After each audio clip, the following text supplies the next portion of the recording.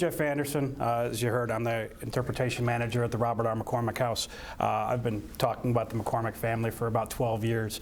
It's my pleasure to come and talk to you all about a really cool event that's taking place, and it's the 100th anniversary of the Battle of Cantigny. It's coming up not too long, May 28th. Colonel McCormick, a local, resident of Wheaton, was at the Battle of Cantigny, so I was asked to talk a little bit about his military career. So that's really what I'm going to focus on today. To kind of talk about Colonel McCormick, I wanted to kind of explain what I'm going to talk about, what I won't. I don't have a really strong military history background, so if anybody wants to know really detailed military information about the Colonel or the Battle of Cantigny, you have a wonderful resource. It's called the 1st Division Museum. It's located at Cantigny Park, and I guarantee you that they know a lot more than I do about the event. But I have, over the last 4 months, looked over about 6,000 documents of Colonel McCormick's from his military career.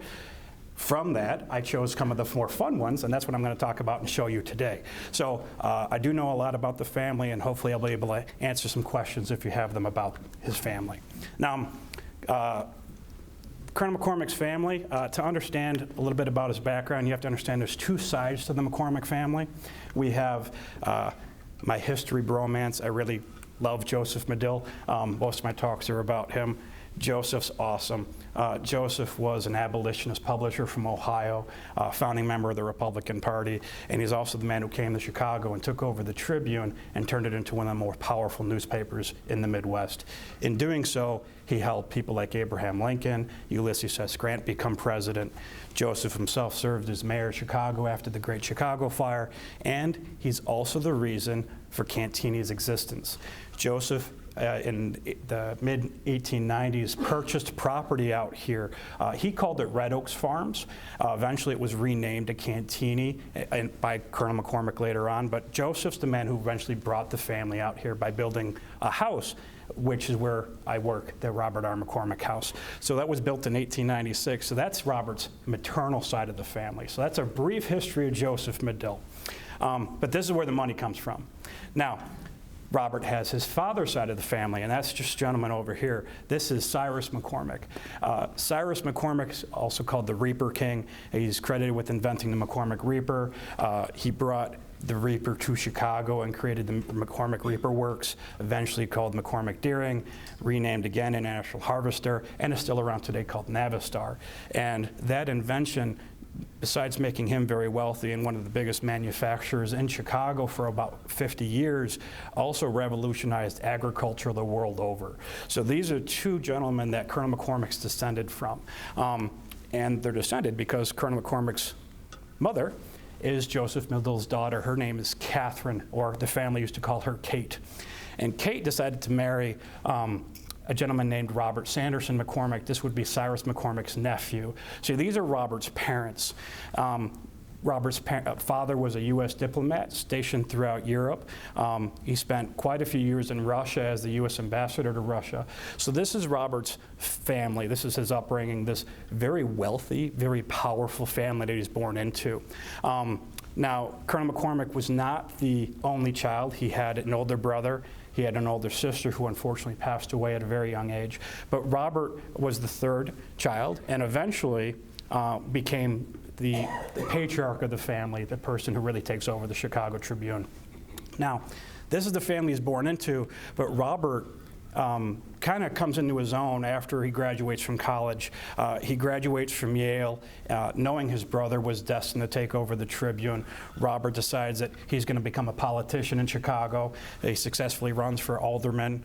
While he's alderman in Chicago, he decides that he also wants to become a lawyer. So he goes to Northwestern and takes law classes there, is accepted to the bar, and establishes a law firm in Chicago. If anybody likes the legal profession, Colonel McCormick founded what is today Kirkland & Ellis, so one of the largest law firms in the world. Now, at this point, he's not just from a wealthy family. He's a very prominent and successful individual on his own. But in 1911, having proven himself, when the family had a little shakeup at the Chicago Tribune, it was Robert that came out on top. Robert had an agreement with his cousin, a gentleman named Joe Patterson, and together they take over the Chicago Tribune. So in 1911, Colonel McCormick takes over what is one of the more powerful newspapers, not just in Chicago, but in the entire Midwest. At this point, he's a very powerful, very wealthy individual. Now, this is his early years, so we're going to start talking about his military career, but before we get into that, I want to say how much history is awesome.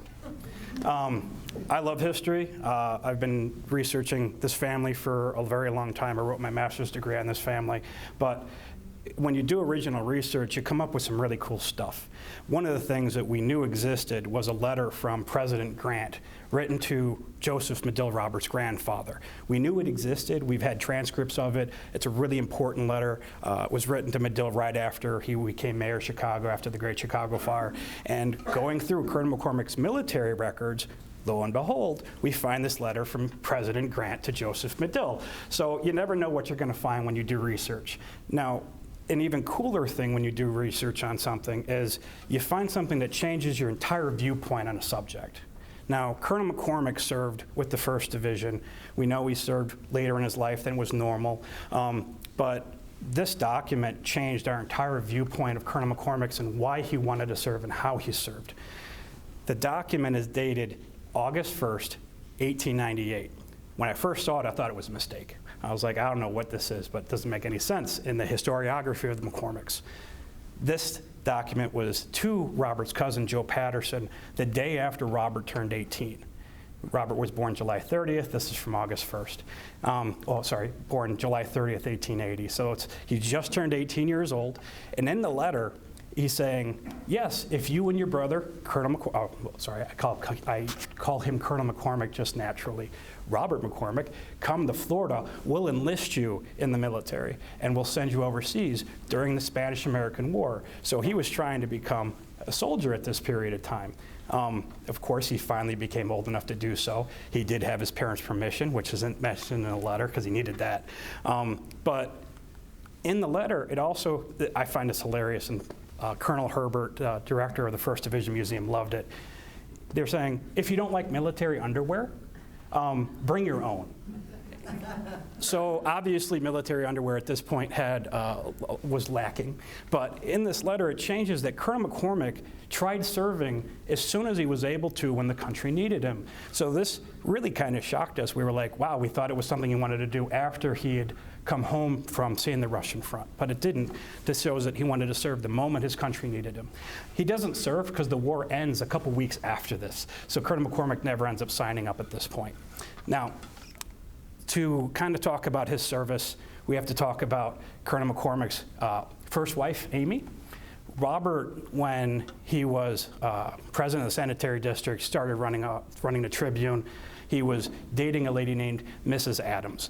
Mrs. Adams was married to Robert's cousin, and this became a really big scandal, and Robert's mother really did not like Mrs. Adams. This is Robert's first wife, Amy, for those who know their history and of the McCormicks.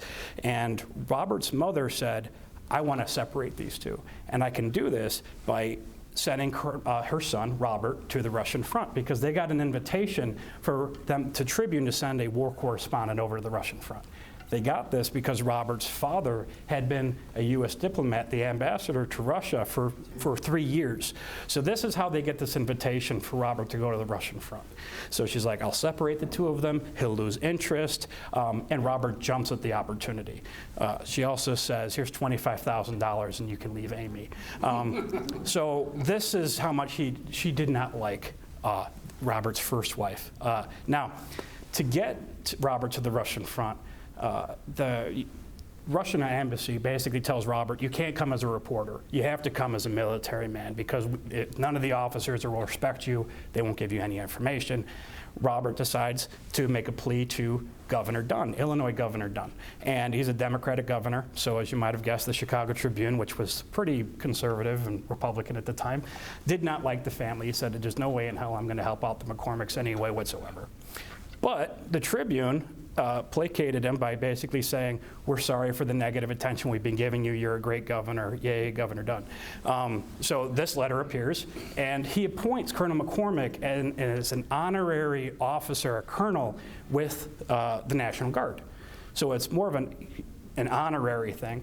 So this is how he becomes a colonel initially. Now, this is his diary entry. Luckily for us, Colonel McCormick loved keeping diary entries. So this is from the day he leaves New York. He gets in a ship and he starts going off to Europe. And in it, he basically says that they made a quick stop when they got outside of New York. There was a British ship blockading the German ships from getting into the New York harbor. And he also goes on to say that he meets this lady named Mildred Farewell. Mildred Farewell was one of 19 women allowed to be reporters in World War I, and she was the Tribune reporter who went with him along with a few other Tribune individuals. So this is him going there. I loved his diary entries because he was very aware of his weight, and all he was doing in his diary saying how much he was working out and keeping tabs on his weight. If you needed to know, he started off at 219 pounds. So he was keeping his weight down a little bit. So this is his first diary entry. And as he gets over there, even though he's going to meet to the Russian front to meet the people over in that area, he meets a lot of people in the British military, the French military, and this isn't just somebody that they're sending their subordinates to go meet. This is just one day in his diary entries. He meets Winston Churchill. It's a very young Winston Churchill. In many of his later books that he would write on his adventures, he said how impressed he was with Winston Churchill at this point. After he meets Winston Churchill, he then has lunch with this gentleman named Lord Northcliffe. Lord Northcliffe would be in England where Colonel McCormick would be here in the United States at the height of his power. Lord Northcliffe was the media baron in England. He owned a third of all of England's newspapers and magazines, and he sold half of its Sunday circulation. So more people in England got their news from him than any other news source. Just like later on, Colonel McCormick would do the same thing here in the United States.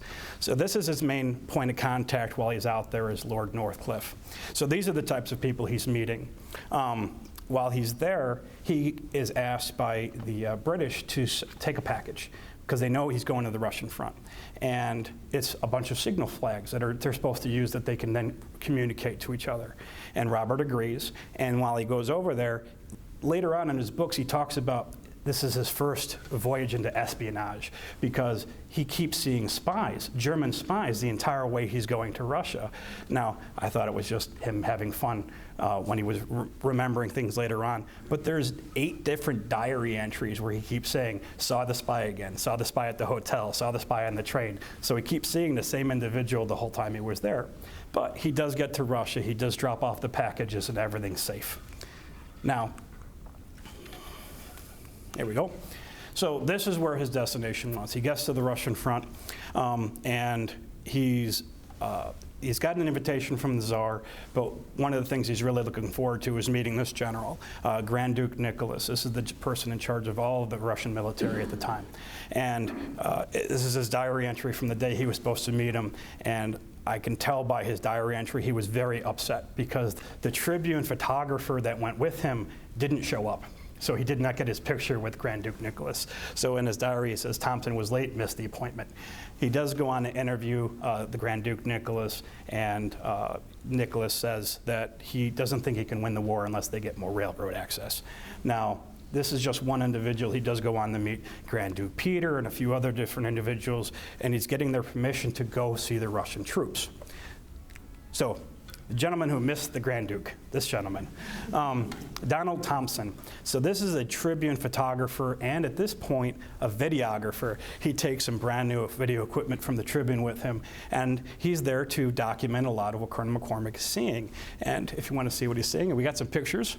He's visiting the various officers. He's wearing some of the lines.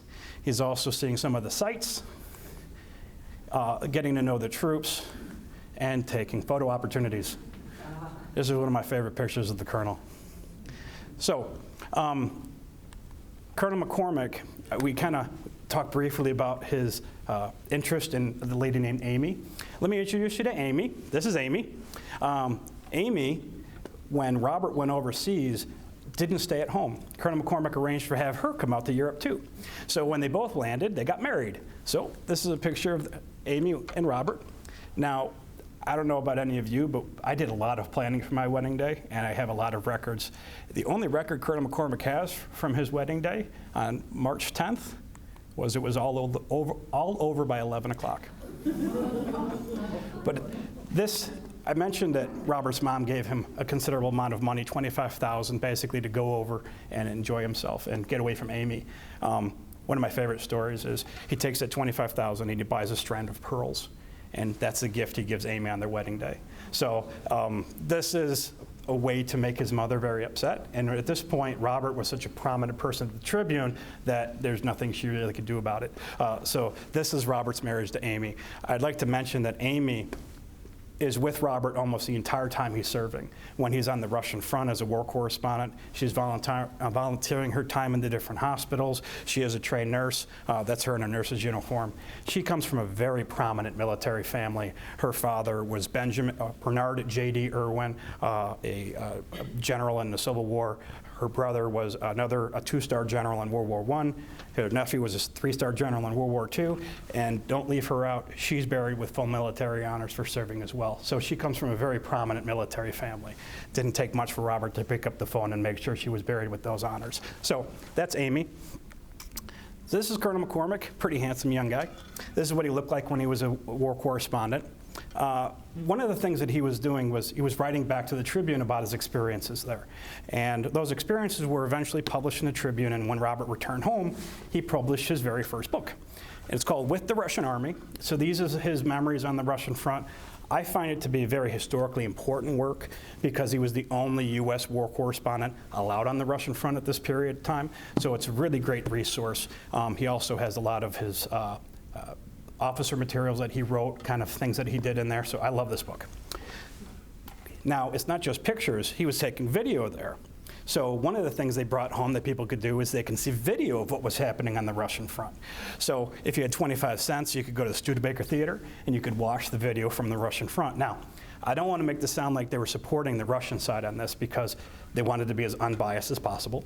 And they sent other correspondents to Germany to get photos and reports and video from there as well. And they had two different theaters showing video from the two different sides, letting people make up their own minds. But I know Colonel McCormick wanted this side to win. So instead of charging you 25 cents, I thought I would show you a clip of Robert on the Russian front. I have it all lined up. It'll take me a moment.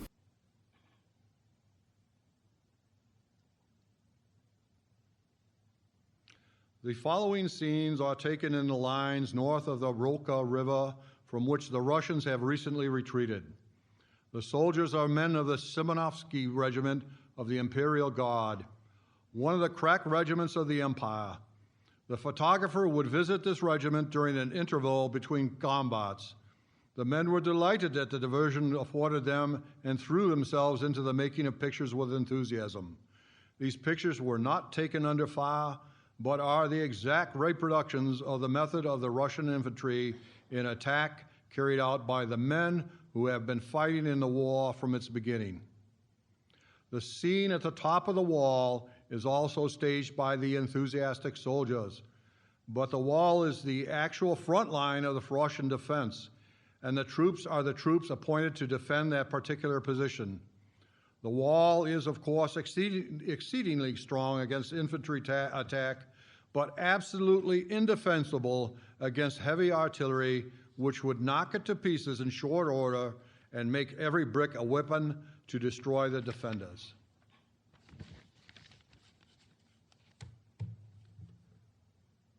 So, Colonel McCormick returns from the Russian front.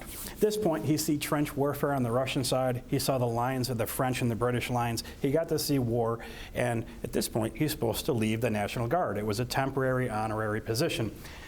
He returns, he decides, nope, I want to serve. He kind of sees the writing on the wall. He knows that something's going to be going on, so he decides he's going to join the National Guard. And they make him a major. So this is now Major McCormick. When he signs up, he also signs up with his cousin Joe. So Robert starts recruiting for the cavalry, and his cousin Joe starts recruiting for the artillery. So this is the recruitment poster. They're recruiting at the Tribune, and this is also what they're putting on the front page of the Tribune, because somebody asked, what's the Tribune stance on the war? And then they put the advertisement up. So this is them recruiting at the Tribune. Now, the earliest record that we have in the files that involves Colonel McCormick's service is the letter on the far side.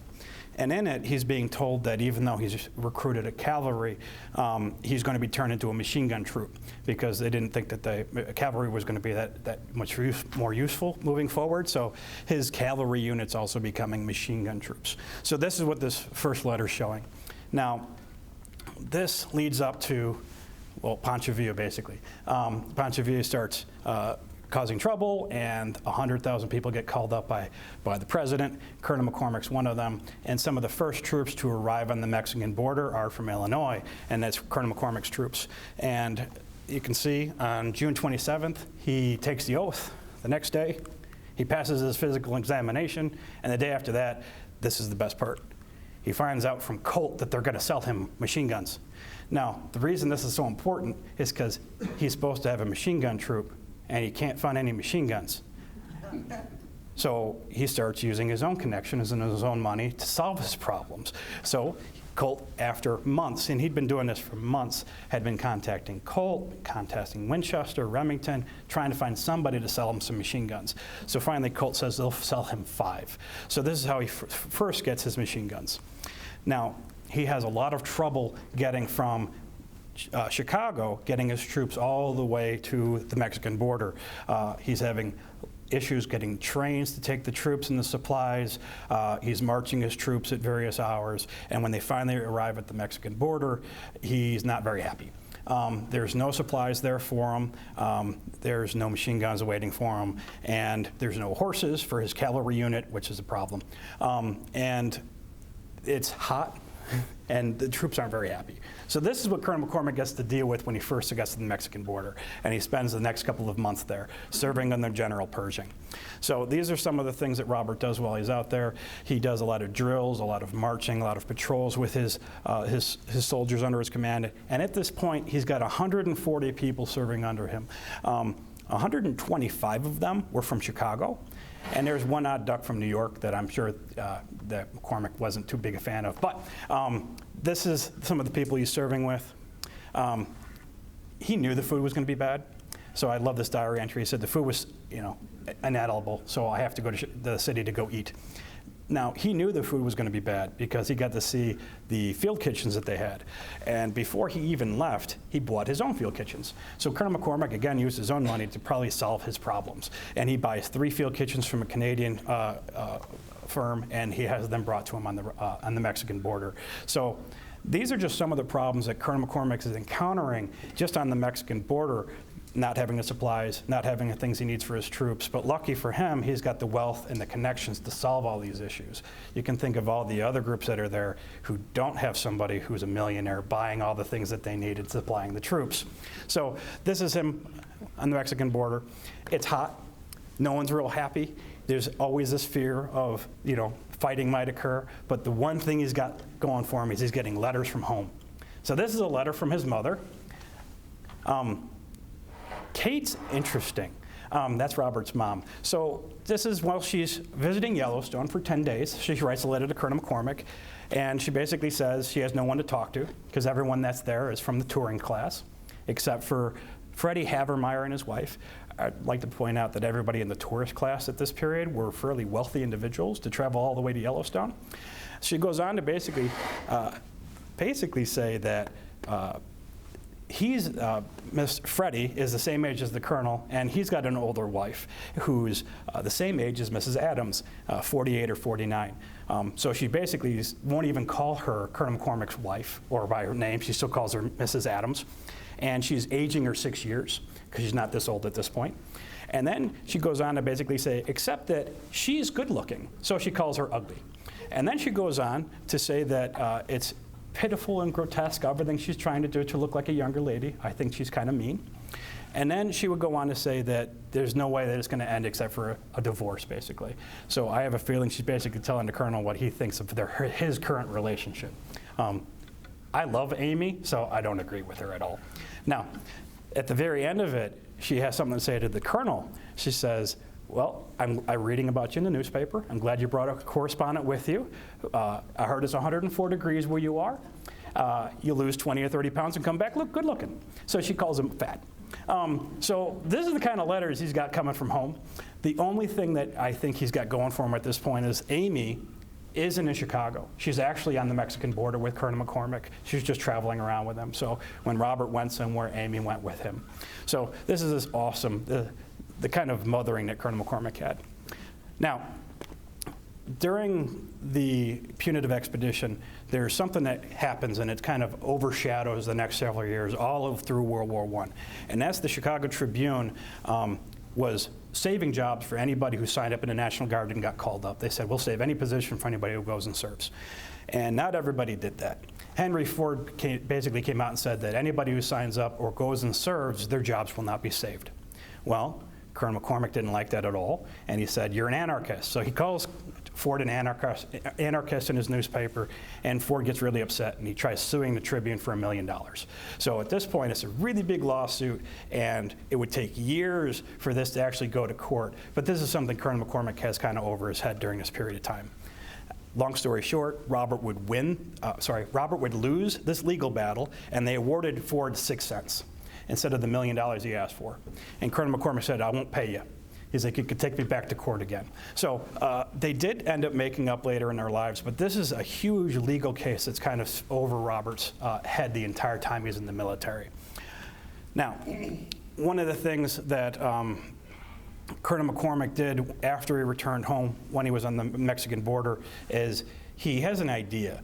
And it's an idea for a modification on the entrenching tool, or the entrenching shovel. And he says, hey, we can modify this and make it much more usable. So he says, if we take it and we modify it, you can strap it to your head using your belt. All of a sudden, you'd have a piece of head protection. Or you could then take it and attach it to your rifle, because you can turn this little piece here and it can go on your rifle and be another piece of armor. So Robert's like, hey, I got a great idea, and he patents it. This is his first patent. He ends up having 7, but this one's in the military field. And he didn't think it was a good idea. Others thought it was a good idea. This is a letter from the War Department, and they're like, we like it.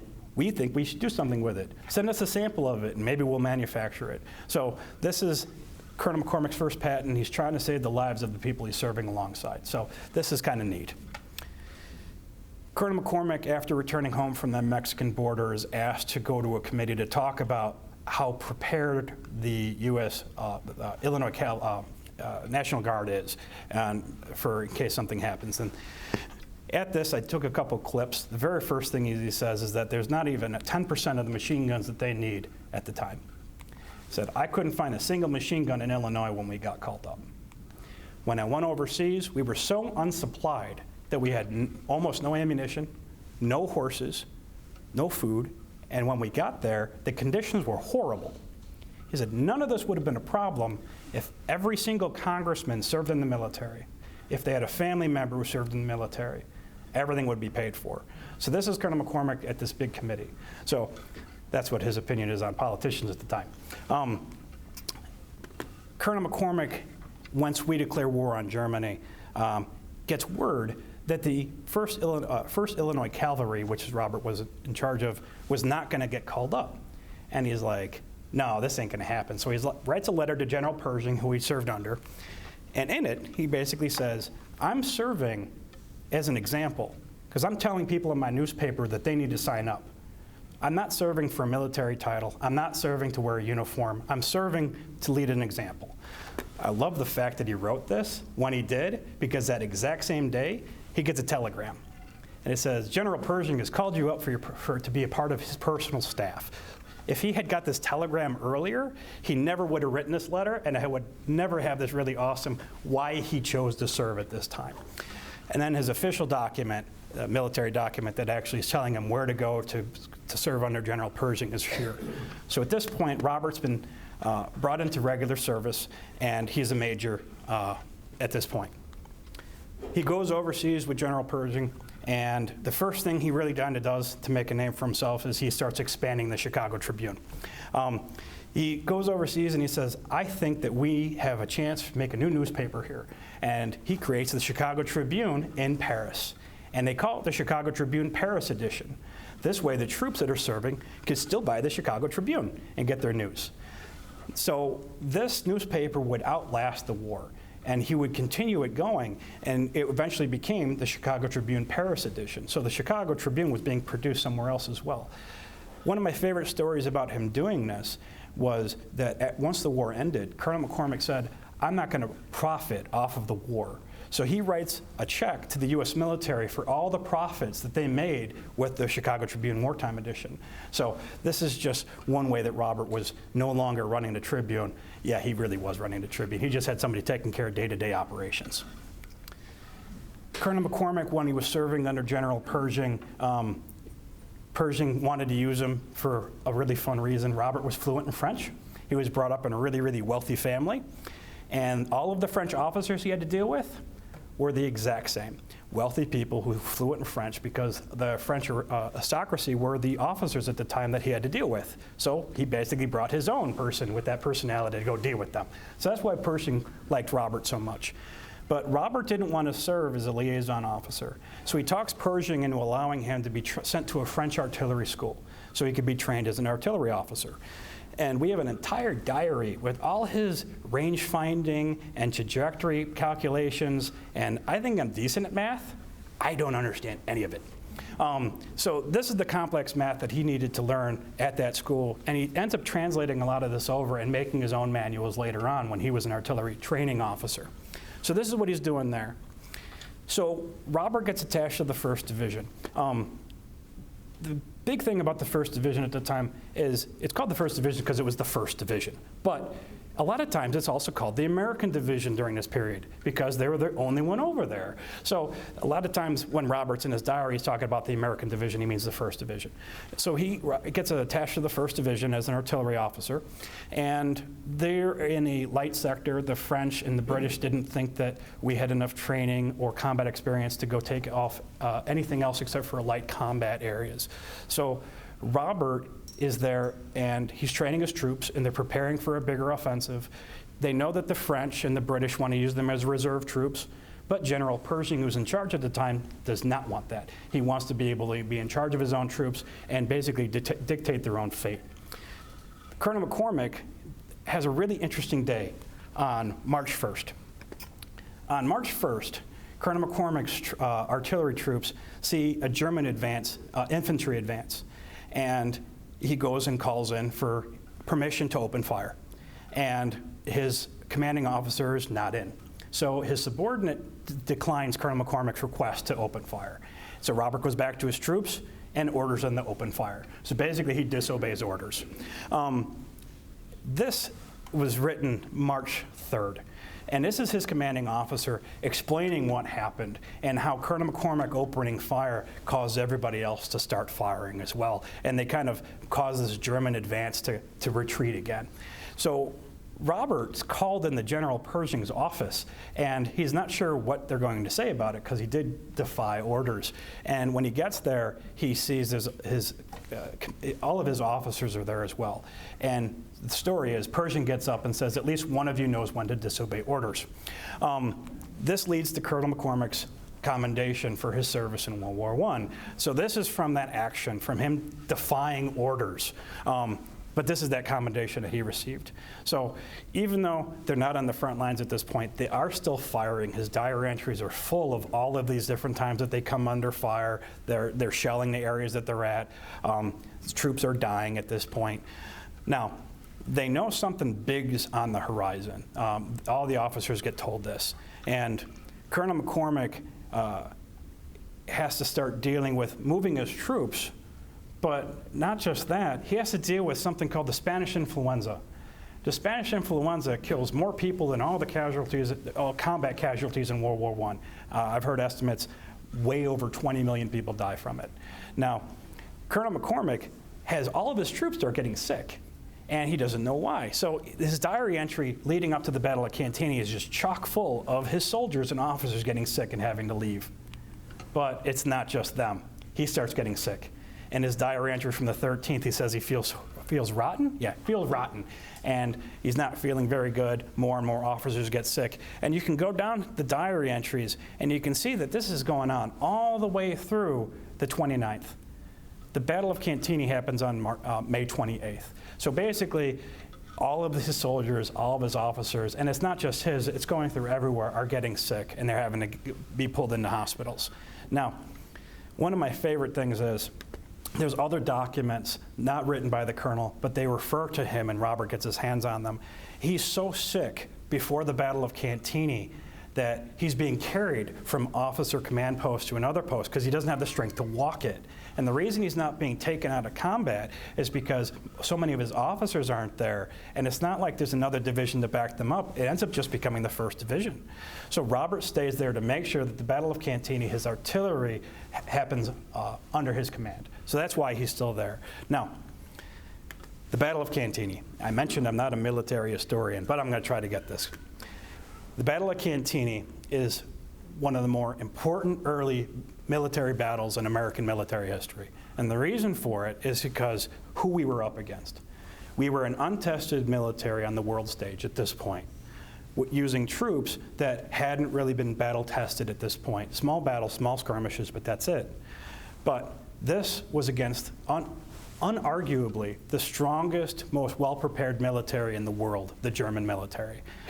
So General Pershing knew that this was their time to shine. If they could manage to succeed, they would show the American military on the world stage that they could compete with the best. And it would also show their desire to really contribute in the war and hopefully manage to keep a little bit more control of their own troops. This is the combat plans for the Battle of Cantigny. Now, Colonel McCormick, as you might have thought, well, he's a wealthy guy, he probably is in the back, he's got artillery, he can just fire at people. Well, he's not. His troops are right there, right up front. So it's not just his troops here, he's got all this area here that's under his command. So Colonel McCormick and the 1st Division go in, and it's the first major offensive victory of World War I for the American troops. It's a defining moment. We've proven that we can do it. We can fight with the best of them. And it goes as well as they could have planned, especially since the initial plan was to have 3 different American divisions and a couple of French divisions attack the village of Cantigny. That's not what ends up happening. It ends up just being part of the 1st Division. And even Colonel McCormick's confused because after the Battle of Cantigny, on the 29th, he's taken out, he's taken to Paris. And the next day, he's taken to a hospital. So he spends the next 7 weeks in a hospital recovering from the Spanish influenza. And in his diary, because he writes it on May 30th, even though he's writing about the 28th, he first starts off saying, I haven't written about the Battle of Cantigny for fear that this would fall into enemy hands. And then he goes and talks about the battle, how it played out, how well the troops did. But he also mentions that initially it was supposed to be a lot more troops, and it wasn't, but the 1st Division still managed to succeed. And it wasn't just that it was a great offensive victory, they would go on to protect that village of Cantigny from 7 German counterattacks. So the Battle of Cantigny was a really important moment, not just for Colonel McCormick, but for the American military. So this is this awesome diary entry from that. Now, he spends 7 weeks in the hospital. Now, after about a month, a letter gets sent to the Red Cross, and they're saying, hey, Colonel McCormick, you need to go report to this unit over here. And the Red Cross sends a reply saying, Colonel McCormick is unwell and cannot travel at this point, and he cannot meet this military commitment. So 2 days later, same guy sends another one. He says, you know what, okay, fine. You go over to this different unit. And they're like, no. Another reply from the Red Cross. So like, Colonel McCormick, I'm sorry, at this point, Major McCormick is still sick and cannot travel. So this is what he spends the next 7 weeks recovering, and from all accounts, Colonel McCormick would never fully recover from the Spanish influenza. To give you an idea, the Spanish influenza, usually flus don't hit this hard. Usually their mortality rate's about 0.01%.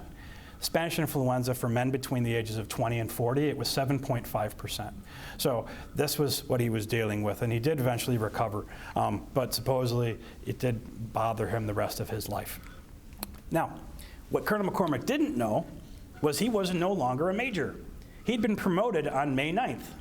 He didn't find out till well after the Battle of Cantigny was over. So at this point, now he's a lieutenant colonel. Now, about a month later, Robert's birthday is July 30th, he gets a birthday present because he gets promoted yet again, and he gets promoted to a colonel. Now, I get asked all the time, why was he promoted so quickly? Well, a lot of officers from the 1st Division were being promoted quickly because while the 1st Division was battle tested, All the divisions coming overseas were not.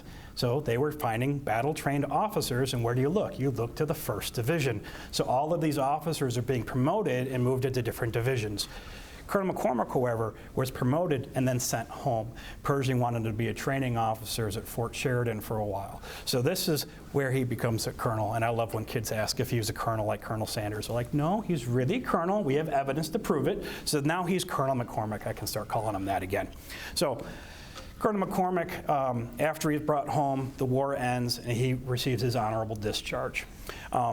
Now, the whole time Robert's serving, he's not just there, he's also overseas with Amy. She's over there serving. But so is Robert's cousin, Joe Patterson. And Joe Patterson, after Robert receives his discharge notice, says, basically in this letter says, hey, I don't want to be here during demilitarization. Can you do anything to get me out as well so I can get home and get back to work? Because he has this great idea to come home and create a tabloid in the United States. And he does. He eventually creates the New York Daily News. So in the letter, he goes on to say, you know what? Spend $1,000, $3,000, you can even spend $5,000 on alcohol because I know Prohibition's coming. He's like, you know what? You can spend up to $10,000. I want to average an eighth a day for the next 20 years. So this is an awesome letter showing that they were basically stocking up for what they knew was coming. So this is a really fun letter. Now, when I first saw this, I thought it was a joke. The 1st Division Circus. It wasn't. The 1st Division Circus is awesome. Basically, it came about when soldiers in World War I would go from one unit to another that had various skills to entertain each other, and eventually it started moving around, and when they came home after the war, they created a circus. So this is actually a photograph. I have no idea where the 1st Division found elephants, but they had a circus, and Colonel McCormick helped bring the 1st Division Circus to Chicago, to Grant Park in 1920 for about a week.